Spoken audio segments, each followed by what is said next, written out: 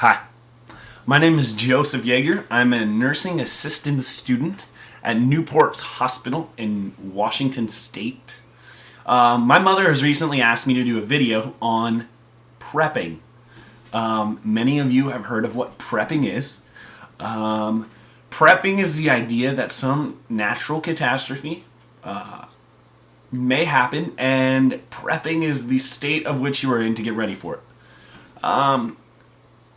The basis of this video is why prepping is not wrong, and here's the problem. When you ask why something is not wrong, you're assuming that it was wrong in the first place, and that's just not true. You see, prepping goes back a very, very long time. When the Pilgrims first came to America, when they needed to stock their food because they haven't eaten all of it, when they killed the deer, for instance, they would put it in a barrel and fill it with salt to preserve it. They were prepping for when the time came that they no longer had food to eat. Prepping also happens in places like retail stores. I've worked in a major retailer, and we definitely prepped for Black Friday. It's a different scale and a different meaning, and retail stores and grocery stores don't quite have it right. They have about 2 days on average of backstock for all of their materials, but nonetheless, it was prepping. You see, prepping is not necessarily a foreign idea. The ideas that are coming out are the reasons why people are prepping. These are new. Things like economic meltdown, which I believe personally is a very possible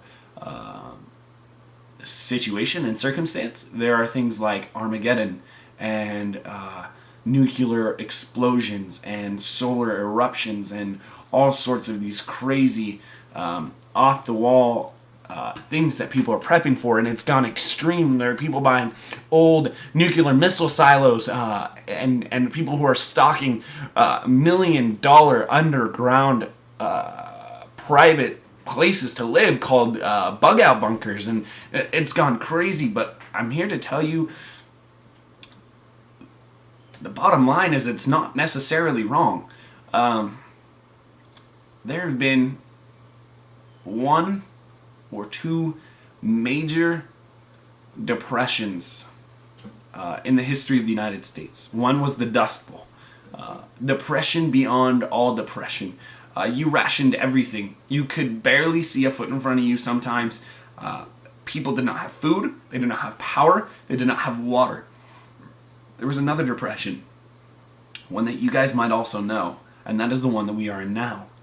Gas has soared to $4.25 a gallon. When President Obama was inaugurated in January of 2009, the average gallon of gas across the board all over the country was $1.89. That's obviously changed. You see, when I say that, you don't even really believe me because it's so low. Now it's at $4.25 in some spots, and it's going fast towards the $5 and $6 mark, and by this summer it's projected to be there. Prepping is simply the act of stocking while you still can. An economic meltdown. There are books out there that say when the economic meltdown does happen, inflation will soar to an astronomical rate. Selling a gallon of gas for $60 is not going to be unheard of. My mom is a prepper. Is she crazy? Maybe. She's my mom, so I'm allowed to say that. But prepping-wise, when you really think about the idea of backstocking things like medical supplies, when you backstock things like water, food, canned foods, when inflation goes up, what are you going to do? When this country goes into a state of emergency and things like gas shoot to $10 or $15 a gallon and they won't go down again for 6 months until the government, or lack thereof, becomes under control, what are you going to do? Think twice before calling a prepper crazy, because when that time does come that you need them, you're going to think they weren't so crazy after all.